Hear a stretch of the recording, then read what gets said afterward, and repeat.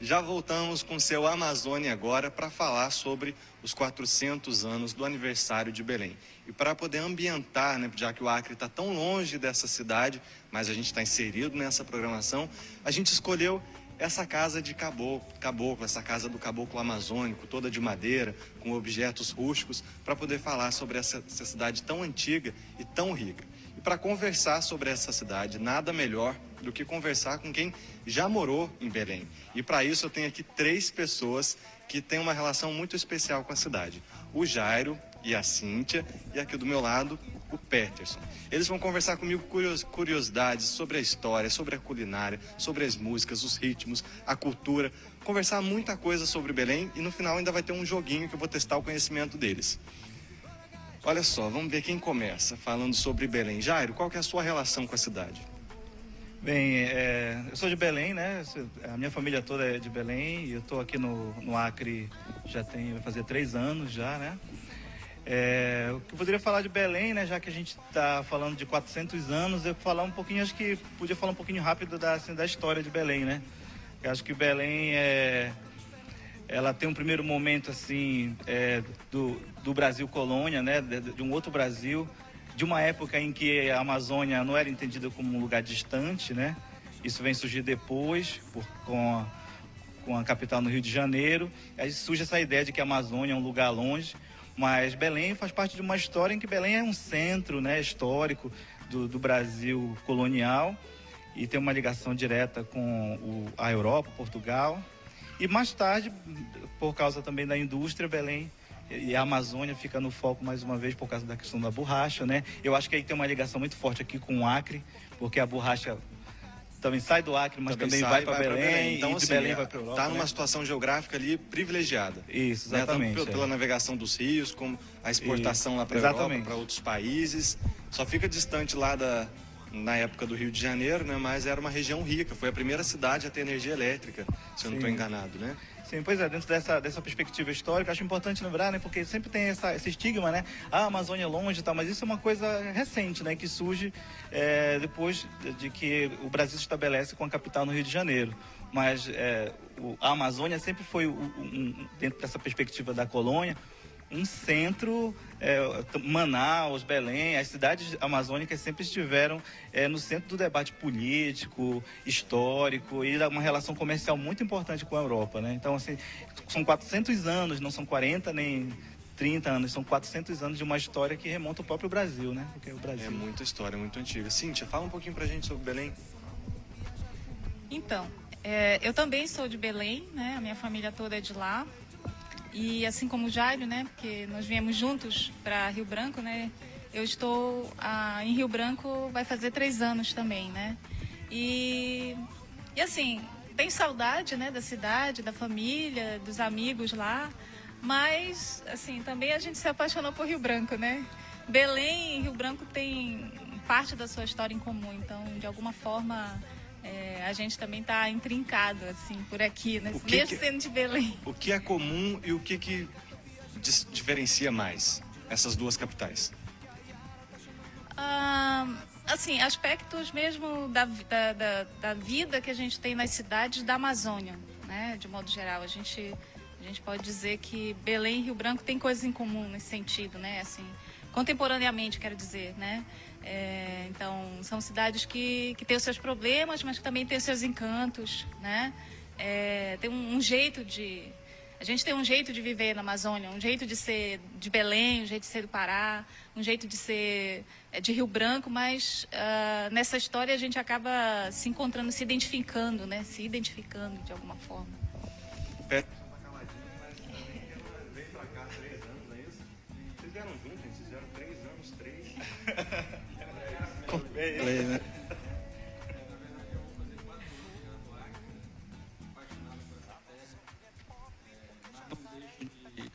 E sentir saudade de Belém, né?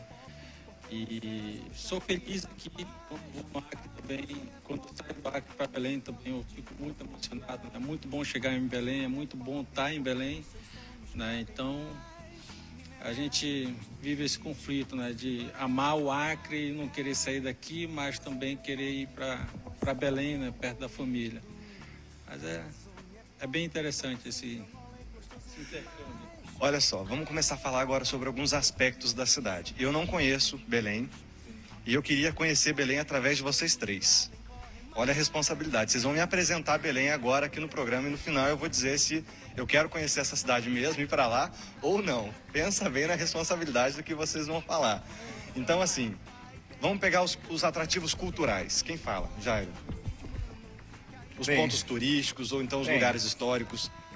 Bem, como eu estava falando agora há pouco, Belém tem 400 anos, né? Tá de aniversário e tudo, então 400 anos de história, tem muita coisa para você conhecer, né? Então, assim, da parte histórica, você tem que conhecer lá o Ver-o-Peso, conhecer o Forte do Castelo, a Catedral da Sé, né? Falando de pontos turísticos históricos, ali onde se fundou a cidade. E ali naquele lugar, você, além de encontrar muita história, você vai encontrar também o comércio, né? Que vai te trazer as frutas e as comidas típicas no Ver-o-Peso, né? Acho que o cartão postal da cidade continua sendo o Ver-o-Peso, assim como um lugar de encontro, não só de história, mas de cultura, de música, de comida. Então tem que ir lá no Ver-o-Peso. Tá, o Ver-o-Peso tem comida lá, né? Muita comida, comidas típicas então. Vamos agora aguçar o paladar nessa hora do almoço. Vamos começar a falar aqui do arrozinho paraense, não tem isso? Com jambu. Né? Tem o arroz paraense, né? Com jambu, camarão. Tem o tacacá, que, me desculpem aí os acrianos, o nosso tacacá é mais gostoso. Olha aí, desmancando o Acre, mas hoje pode. Hoje pode, né? Que hoje é aniversário de Belém. Então, tem o tacacá, né? Tem o vatapá também, né? Que não é só de Belém, mas, enfim, também é considerado um prato típico, né? É da cidade de Belém. Que mais? Tem o pato no tucupi, né? Que famoso. Sim. O pato no tucupi é o cargo-chefe, né? Que Isso. é o que atrai o interesse maior pela culinária, né? Depois do pato no tucupi tem a maniçoba, né? Que fazem parte de um período, de um determinado período de Belém, que é na época do Círio, que é também conhecido como o Natal dos paraenses. Eu só fui entender isso depois que eu saí de Belém, porque quem está de fora, quem é paraense que está fora do estado, quando chega nessa época de outubro do Círio de Nossa Senhora de Nazaré, quer estar lá, quer fazer parte dessa grande festa, né? E chegar em Belém nessa época é muito gratificante, é muito emocionante, porque os romeiros, eles são recebidos no aeroporto por um show de carimbó, né? Então você já chega ali, eu fico até arrepiado aqui de lembrar de ter essa sensação, né? E é muito bom sair, mas é bom demais voltar para Belém assim, sentir toda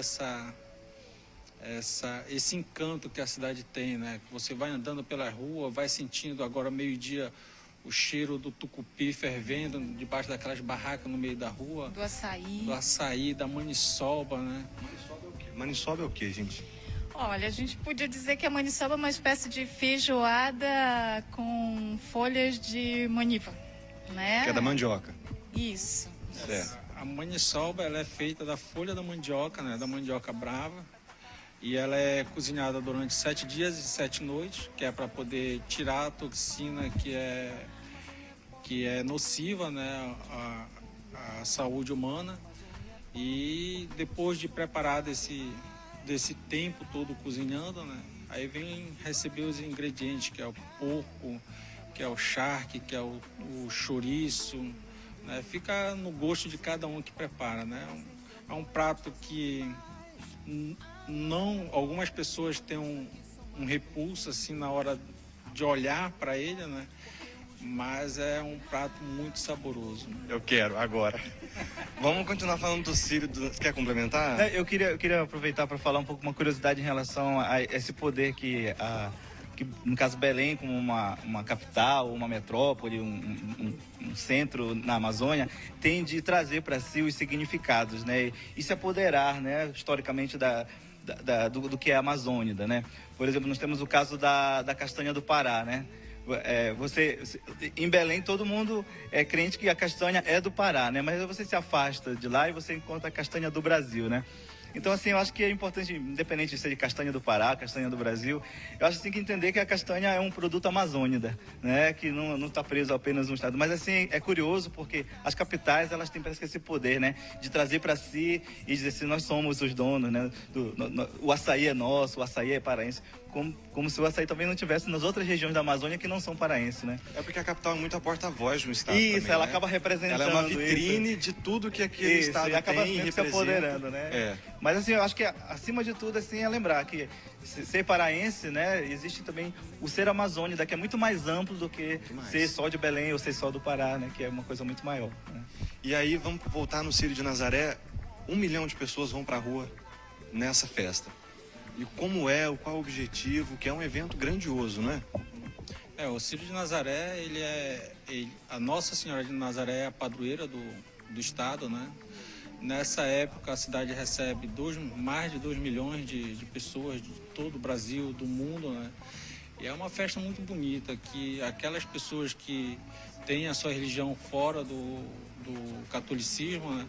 Ela acaba sendo contagiada. E nessa época é muito interessante porque tem as igrejas que ficam no decorrer da Avenida de Nossa Senhora de Nazaré, como a Assembleia de Deus, a Igreja Universal, que fica bem na esquina, né, da Doutor Moraes.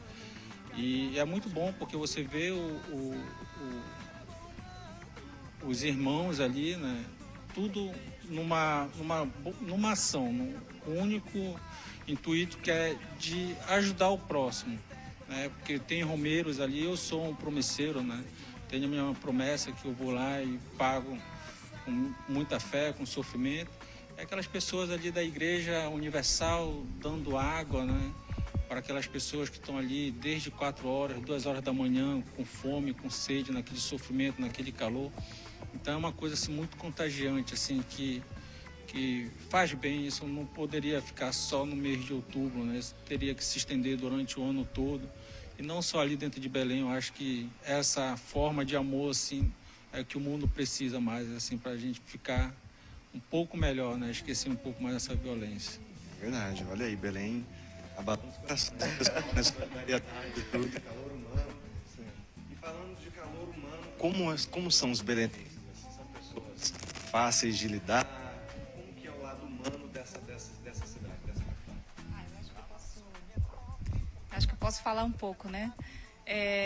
Eu acho que, de modo geral, o povo de Belém, mas também do Pará, né? Que o Pará é enorme, né? Então, assim, é um povo hospitaleiro, né? Que recebe bem, que gosta de festejar, de celebrar. É um povo também muito religioso, né? Independentemente de que religião participe cada pessoa, mas de modo geral a gente sente isso na cidade. As pessoas que vêm de fora sentem, né, que é uma cidade religiosa, né? As pessoas sentem isso nas pessoas de Belém, do estado, e essa recepção também. Mas também eu acho que, de modo geral, a gente sente isso em outros lugares. Eu me senti bem recebida em Rio Branco, por exemplo, né?